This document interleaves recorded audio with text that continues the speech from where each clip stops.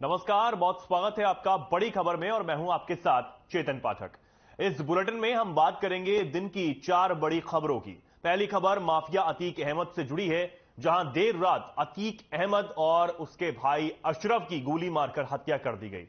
दूसरी खबर भिवानी से है, जहां जेजेपी के राष्ट्रीय अध्यक्ष डॉक्टर अजय सिंह चौटाला का बड़ा बयान सामने आया। तीसरी खबर फरीदाबाद से है, जहां कोविड के दौरान लगे लॉकडाउन में मजदूरों का हिसाब न करने के विरोध में देश की मशहूर फुटवेयर लखानी कंपनी कर्मचारियों ने कैबिनेट मंत्री मूलचंद शर्मा के कार्यालय पर प्रदर्शन किया। चौथी खबर भी फरीदाबाद से ही है, जहां अब बल्लभगढ़ रक्षा क्षेत्र में अहम भागीदारी निभाएगा। शहर में तेजस फाइटर प्लेन के पुर्जे बनाए जाएंगे। तो 4 बड़ी खबरें जिनके बारे में आज हम बात करेंगे। पहली बड़ी खबर अतीक और उसके भाई अशरफ के हत्याकांड से जुड़ी हुई है। कल 3 हमलावरों ने अतीक और उसके भाई की हत्या कर दी। दूसरी खबर गठबंधन पर अजय चौटाला का बयान सामने आया है। तीसरी खबर पैसे के लिए मजदूरों का प्रदर्शन और चौथी खबर फरीदाबाद में अब तेजस फाइटर प्लेन के पुर्जे बनकर तैयार होंगे।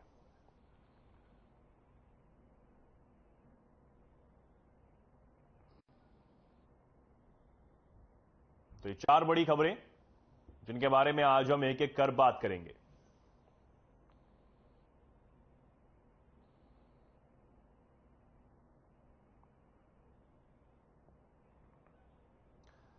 तो 4 बड़ी खबरें आपके सामने हैं, एक एक कर अब हम इन चारों खबरों पर बात करेंगे।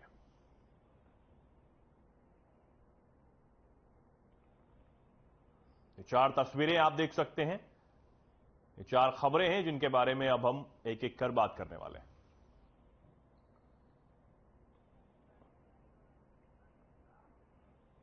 बात करेंगे पहली बड़ी खबर की। माफिया अतीक अहमद और अशरफ की गोली मारकर हत्या कर दी गई है। पुलिस दोनों को प्रयागराज के काल्विन अस्पताल में मेडिकल के लिए लेकर जा रही थी, तभी 3 हमलावरों ने उन पर ताबड़तोड़ फायरिंग कर दी। इस हमले में अतीक और अशरफ की मौत हो गई। पुलिस ने हमलावरों को मौके से दबोच लिया। इस पूरे मामले को बाकायदा मीडिया और पुलिस के सामने अंजाम दिया गया। दोनों पर जब फायरिंग हुई, पूरी वारदात कैमरों में भी कैद हुई है। इस हमले में एक पुलिस कांस्टेबल भी घायल हुआ है, जिसका नाम मान सिंह बताया जा रहा है। उन्हें इलाज के लिए अस्पताल ले जाया गया। वहीं प्रदेश के मुख्यमंत्री योगी आदित्यनाथ ने हत्याकांड की जांच के लिए 3 सदस्यीय न्यायिक आयोग का गठन कर दिया है। पूरे प्रदेश में धारा 144 लागू कर दी गई है। शुरुआती जानकारी के मुताबिक आरोपियों के नाम अरुण मौर्य निवासी हमीरपुर, लवलेश तिवारी निवासी बांदा और सनी निवासी कासगंज हैं। साथ ही पुलिस की सख्ती के बाद आरोपियों ने बयान दिया है कि अतीक और अशरफ की हत्या कर वो डॉन बनना चाहते थे। अतीक की तरह ही अपराध की दुनिया में अपना सिक्का जमाना चाहते थे और इसी वजह से इस वारदात को उन तीनों ने अंजाम दिया है।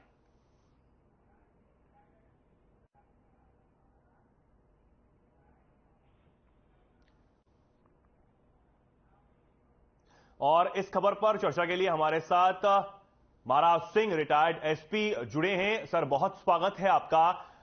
सर, किस तरीके से आप इस पूरे हत्याकांड को देखते हैं, क्योंकि पुलिस सुरक्षा में अतीक अहमद और उसके भाई अशरफ की इस तरीके से, क्योंकि मीडिया भी सामने थी और पुलिस सुरक्षा के घेरे में भी ये दोनों थे और इस दौरान इस बड़े हत्याकांड को अंजाम दिया गया है, किस तरीके से आप पूरे घटनाक्रम को देखते हैं सर? पुलिस प्रशासन के लिए बहुत ही शर्मनाक और एक निंदनीय तो है ही, इसके साथ साथ मैं ये भी कहूंगा कि जब इतनी हिम्मत पुलिस के सामने हो सकती है तो पुलिस पर लोग ये सवाल भी खड़ा करेंगे कि लॉ एंड ऑर्डर क्या रहेगा, क्या है। योगी जी के बारे में कहा जाता है कि उसके यहाँ पे लॉ एंड ऑर्डर बहुत मजबूत है। 2-3 जो जिनका नाम लिया जा रहा है, जो इसमें जिन्होंने सरेंडर किया, जिन्होंने गोली मारी, जो अपराधी हैं, अपराधी तो मैं इसलिए कह रहा हूं कि वो खुद मान रहे हैं इस बात को जी। उन्होंने पुलिस की और मीडिया के सामने,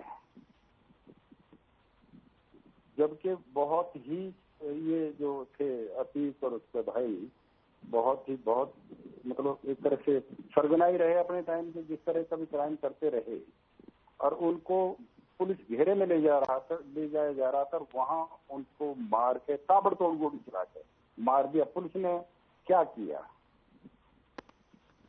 योगी जी का नाम भी बदनाम किया, और पुलिस ने अपनी तो कुछ छोड़ा ही नहीं।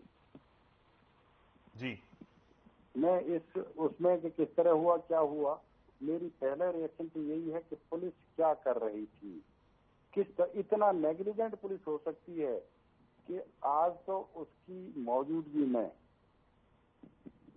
जो ये सरगना थे उनको मारा गया है। जी, तो जो हमारे वीआईपीज हैं, जो जेड सुरक्षा में हैं या वाई में, जिसमें भी हैं, वो उनका क्या होगा, और जो आम जनता उसका क्या होगा। जी, ये वो अपने आप को बड़ा डॉन बनाना चाह रहे थे, ये तो डॉन बना रहे थे उनके जो अतीक अहमद जिनके ऊपर बहुत संगीन मुकदमे हैं उनसे। और कोई डॉन अगर वीआईपी को मार के बनाना चाहेगा तो उसका क्या करेगी आम जनता की, तो अब छोड़ दीजिए बात। तो पुलिस के लिए इससे काला दिन कोई हो नहीं सकता। जी। बाला सिंह जी, एक बात भी निकलकर सामने आ रही है, जिस तरीके से खबरें ये चल रही हैं कि जो एफआईआर दर्ज हुई है इस मामले के बाद, उसमें यह कहा गया है कि जो पुलिसकर्मी वहां मौजूद थे उन्होंने पकड़ने की कोशिश की, और जो हमलावर थे उन्होंने भागने की कोशिश की, यानी कि वो वहां से भाग रहे थे, तभी पुलिसकर्मियों ने दबोचा। लेकिन सर, जो तस्वीरें सामने आई हैं, क्योंकि ये सब कुछ लाइव उस वक्त चल रहा था और कई कैमरों में ये सब कैद भी हुआ है, उसमें साफ तौर पर यह दिख रहा है कि सर, जब उन्होंने फायरिंग की तो उन्होंने सीधा अपने आप को सरेंडर कर दिया। लेकिन जो खबरें हैं वो ये हैं कि पुलिसकर्मियों ने जब वो भाग रहे थे तब उन्हें पकड़ा है। क्या उनको गोलियां लगी थी? जी, मेरा पहला सवाल, जी सर। जब वो भाग रहे थे तीनों, हम्म।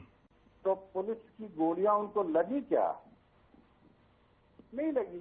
जी, मैं जो अंदाजा लगा रहा हूं, क्योंकि अभी तक ऐसी खबर आपने भी नहीं बताई कि वो जख्मी हुए हों। और पुलिस जो है उनको भागतों को पकड़ रही है भागते हुए, जबकि वो ताबड़तोड़ गोलियां चला चुके हैं, उनके एक साथी को भी जख्मी कर चुके हैं, और उनके जो हिरासत में दो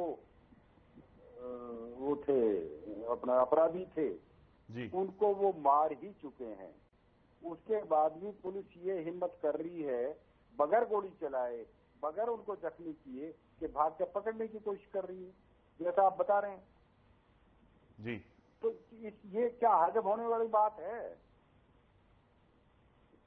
दूसरी जो स्टोरी आप बता रहे हैं कि उन्होंने सरेंडर कर दिया, इस बात को तो माना जा सकता है, क्योंकि आप तस्वीर भी बता रहे हो कि तस्वीरें इस तरह की हैं। जी। तो जो भाग के पकड़ने की बात है वो तो हजम होने वाली बात तो है नहीं।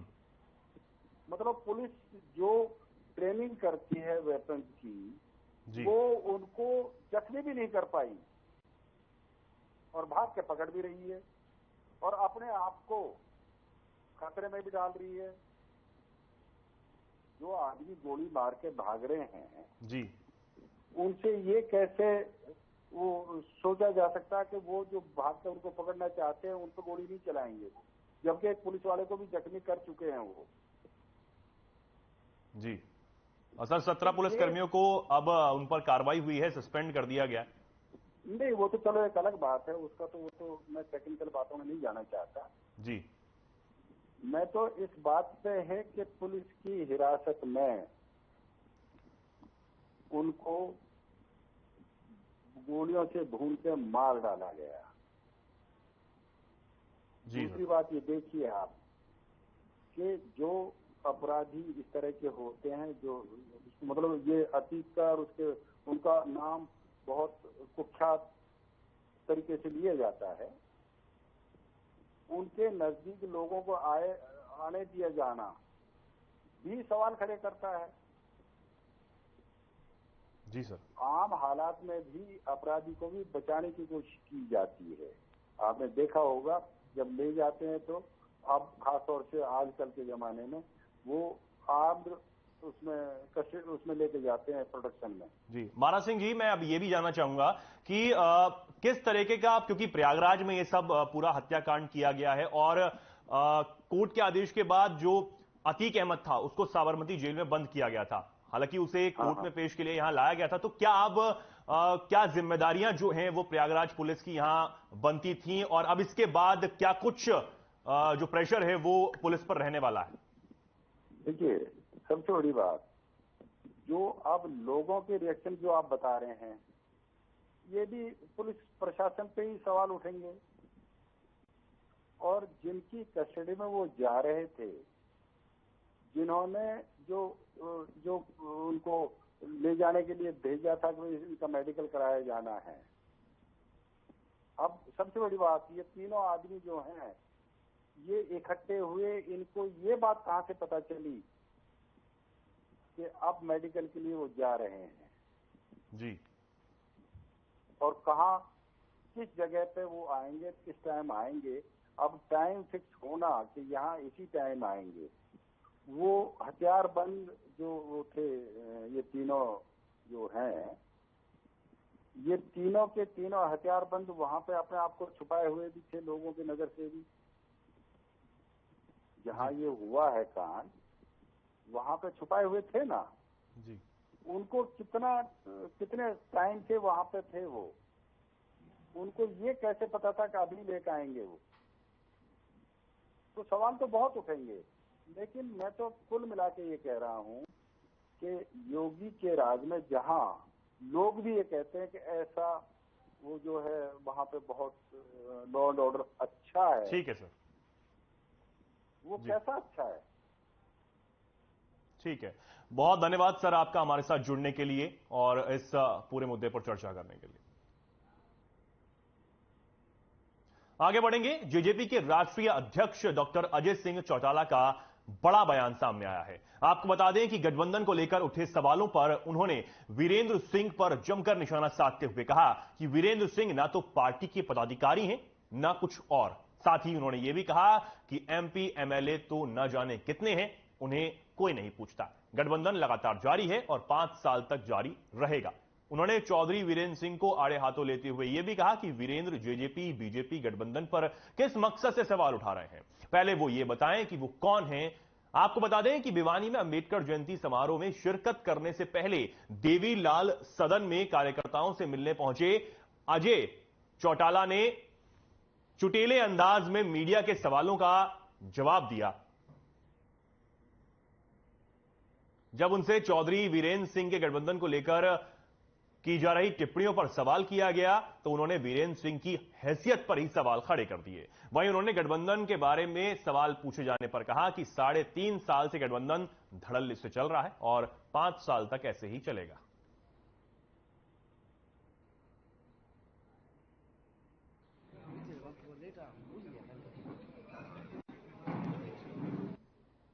4 साल पहले पैदा हुई जननायक जनता पार्टी ने अपनी एक अलग से पहचान बनाई। न केवल 24% करोड़ों को पछाड़ के 1.5% पे लाने का काम किया, बल्कि 1 तक सीमित कर दिया और अपने 10 सीटें जीत करके सरकार में भागीदारी बनाई। और निरंतर आप देखते हो कि जो लोग नुक्ताचीनी करते थे, निर्णय चुनाव के दौरान बैठ करके हुआ करते हैं। आप चुनाव घोषित करवा दो, हम बैठ करके निर्णय कर लेंगे।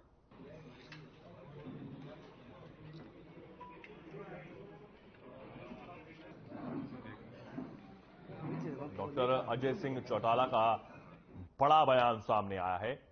वीरेंद्र सिंह पर जमकर उन्होंने निशाना साधा है। आपको बता दें, वीरेंद्र सिंह ने गठबंधन पर जो टिप्पणी की थी उसको लेकर अजय सिंह चौटाला का यह बड़ा बयान सामने आया। आगे बढ़ेंगे। कोविड के दौरान लगे लॉकडाउन में मजदूरों का हिसाब न करने के विरोध में आज देश की मशहूर फुटवेयर लखानी कंपनी कर्मचारियों ने कैबिनेट मंत्री मूलचंद शर्मा के कार्यालय पर जोरदार प्रदर्शन किया और उन्हें ज्ञापन दिया। आपको बता दें कि लखानी कंपनी के कर्मचारियों का आरोप है कि लॉकडाउन में काम करवाने के बाद भी लखानी कंपनी के अधिकारियों ने न तो उन्हें पीएफ दिया और न ही बाकी सुविधाएं दी। इसे लेकर लगातार मांग करने के बावजूद भी कोई कार्रवाई अब तक नहीं होने पर कर्मचारियों ने कैबिनेट मंत्री मूलचंद शर्मा के नाम ज्ञापन सौंपा है और न्याय की गुहार लगाई है।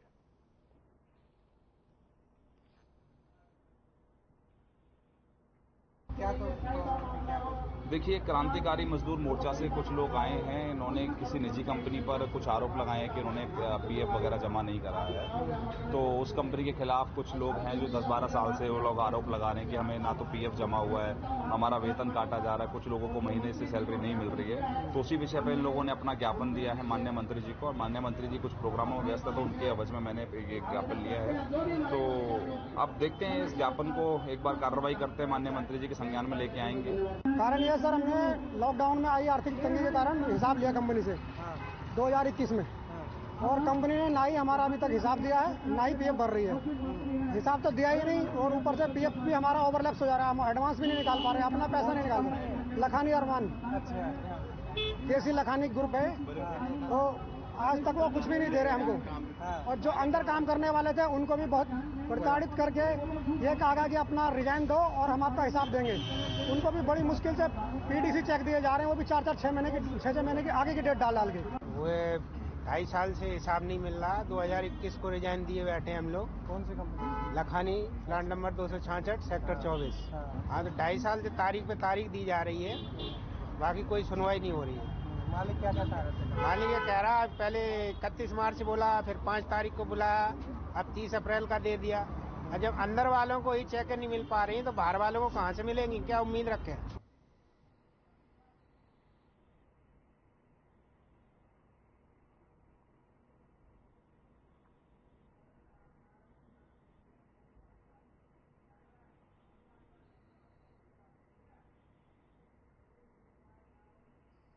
और अब इस खबर पर ज्यादा जानकारी के लिए हमारे साथ हमारे संवाददाता मोनू पांचाल जुड़ गए हैं। मोनू, पहले तो ये बताइए कि क्या कुछ ये पूरा मामला है, जो कर्मचारी हैं उनकी क्या मांगे हैं, क्यों उन्होंने प्रदर्शन किया, और साथ ही साथ कंपनी का क्या कुछ कहना है जिस पर ये आरोप लग रहे हैं।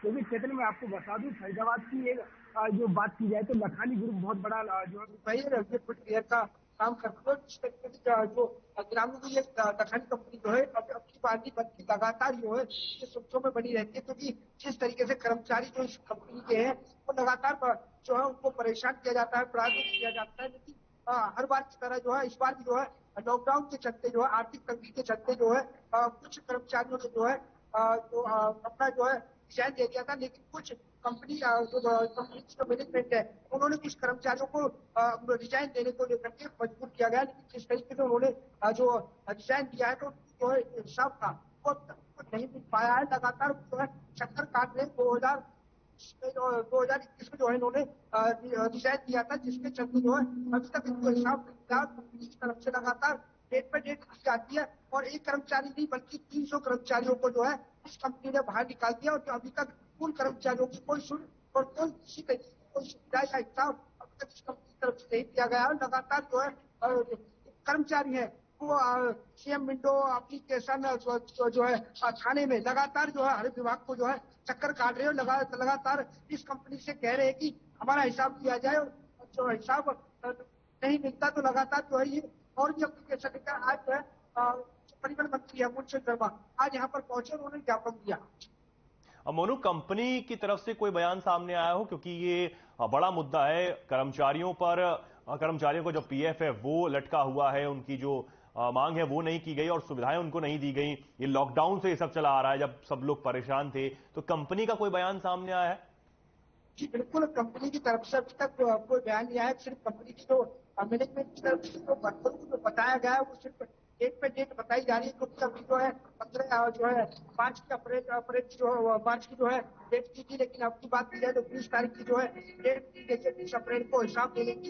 लेकिन जिस तरीके से जो चेक दिए जा रहे हैं वो काफी लंबे डेट के दिए जा रहे हैं, तो लगातार जो कर्मचारी है वो हताहत है और परेशान है और लगातार सरकार से और कंपनी से गुहार लगा रहे हैं कि हमने जो है लॉकडाउन का आर्थिक लॉकडाउन के टाइम जो काम किया था, जो आर्थिक जो हमारे साथ उसको लेकर के अभी तक हमारा कोई हिसाब इस तरीके का नहीं किया गया है। और लगातार जिस तरीके से ये लखानी ग्रुप अब की बार सुर्खियों में नहीं बनती, हर बार तो कर्मचारियों को लेकर के सुर्खियों में बनी रहती है और लगातार कर्मचारियों को परेशान किया जाता है। साफ तौर से कर्मचारियों का कहना है कि अगर जिस तरीके से हमें पैसा नहीं मिल रहा, हमारा हिसाब नहीं मिल रहा, तो जो अंदर जो कर्मचारी काम कर रहे हैं उनको भी हिसाब नहीं दिया जाता है। इस तरीके के यहाँ पर लोगों का कहना है। मोनू, अब अपनी मांगों का ज्ञापन तो है वो उन्होंने मंत्री को सौंप दिया है। अब आगे क्या कुछ उनकी मांगे हैं? अगर उनकी बात नहीं मानी जाती है या पूरी नहीं होती है तो आगे वो क्या कुछ करने वाले हैं? लेकिन मैं आपको बता दूं, ये लखानी के जो कर्मचारी हैं ये आपके नहीं पर 2 से 2.5 महीने को जो है धरने पर बैठे हो चुका है। लगातार जो है आज जो हताहत होकर के आज जो है शर्मा के पास ज्ञापन देने पहुंचे और अपना रोष प्रकट किया और लगातार जो ज्ञापन किया मुख्यमंत्री के नाम और जो गुहार लगाई है कैबिनेट मंत्री मूलचंद शर्मा से कि हमारी जो हिसाब है हिसाब करवाया जाए। लगातार यहाँ पर हिसाब गुहार लगा रहे, लेकिन साफ तौर से मजदूरों ने कह दिया कि अगर हम इस तरीके का न्याय नहीं मिला तो लगातार ये जो आंदोलन है और बड़ा रूप ले सकता है और लगातार इस तरीके के जो है ज्ञापन हम देते रहेंगे और चंडीगढ़ भी हम ज्ञापन देने मुख्यमंत्री को पहुंचेंगे।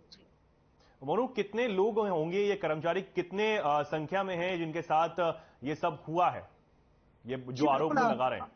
अभी तक चेतन, अभी तक मैं बता दूं कि अभी तक जो है 300 कर्मचारियों को जो है अभी जो है सामने आए हैं, लेकिन जिस तरीके से लॉकडाउन के आर्थिक समय में जिस तरीके से सभी कर्मचारियों को निकाल दिया, मजबूर किया गया मैनेजमेंट की तरफ से रिजाइन देने को लेकर के, तो इस तरीके से लगभग अगर बात की जाए तो 700 से 800 कर्मचारी यहाँ पर जो है सामने आएंगे। और इस तरीके से जो लगातार है वो हिसाब देने को लेकर के कंपनी लगातार जो है टाइम पे टाइम दे रही है, लेकिन इन जो कर्मचारी हैं इनकी कोई समस्या किसी तरीके से सीएम विंडो भी इन्होंने लगा रखी है मुख्यमंत्री के नाम, लेकिन उस तरीके से सीएम विंडो से भी इनका कोई किसी तरीके का जो सरल जो समाधान है वो नहीं हो पाया। तो लगातार चेतन जो मजदूर है वो लगातार प्रयास कर रहे हैं कि हमें जो आर्थिक जो तंगी थी जिस दौरान में हमने काम किया था और आज तक का पीएफ और जो पैसे जो बनते हैं मजदूरी वो अभी तक नहीं मिली है, तो लगातार वो प्रयास करें कि वो पैसा उनको मिला जाए। ठीक है मोनू, बहुत धन्यवाद आपका हमारे साथ जुड़ने के लिए और ये जानकारी हम तक पहुंचाने के लिए। आगे बढ़ेंगे। अब बल्लभगढ़ में रक्षा क्षेत्र में अहम भागीदारी निभाएगा। आपको बता दें कि शहर में तेजस फाइटर प्लेन के पुर्जे बनाए जाएंगे। आपको बता दें कि सोलर पैनल अब तक विदेशों से आयात किया जाता था, लेकिन अब यह उत्पादन बल्लभगढ़ में ही किया जाएगा। वहीं बीती शाम केंद्रीय राज्य मंत्री फगन सिंह कुलस्ते, प्रदेश के परिवहन मंत्री मूलचंद शर्मा ने सौर ऊर्जा पैनल प्लांट और रक्षा उपकरण के नए उत्पादनों का शुभारंभ किया। आपको बता दें कि सौर ऊर्जा पैनल का यह प्लांट नॉर्थ इंडिया का दूसरा सबसे बड़ा प्लांट है, जो प्रतिवर्ष 400 किलोवाट क्षमता का उत्पादन करता है। शुभारंभ के दौरान केंद्रीय राज्य मंत्री फगन सिंह कुलस्ते ने कहा कि इस साल के अंत तक अगले चरण में प्लांट की क्षमता 1 गीगावाट तक की जा रही है और ऊर्जा पैनल के इस उत्पादन से ऊर्जा क्षेत्र में नई क्रांति आना तय है, जो नवीनीकरण ऊर्जा उत्पादन में आत्मनिर्भरता के भारत के उद्देश्यों के अनुरूप है। इससे गांव-गांव और दूर दराज के इलाकों में भी बिजली पहुंचाई जा सकेगी।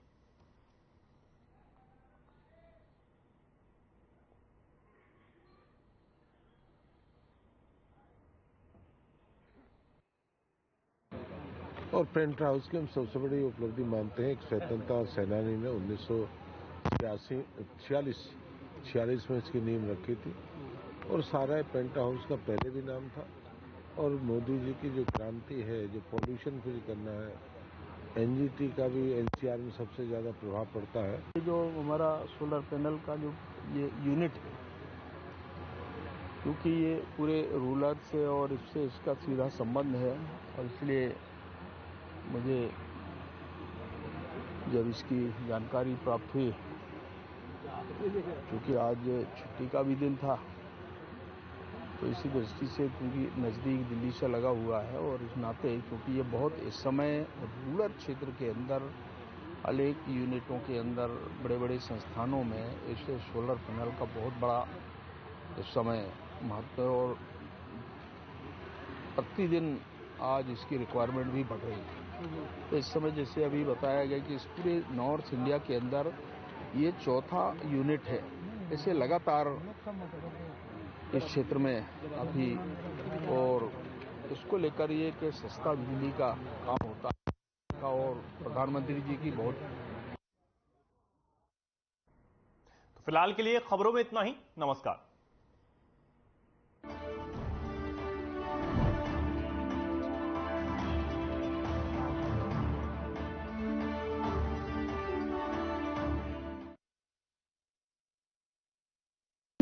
Hey, Mom. Hey, look.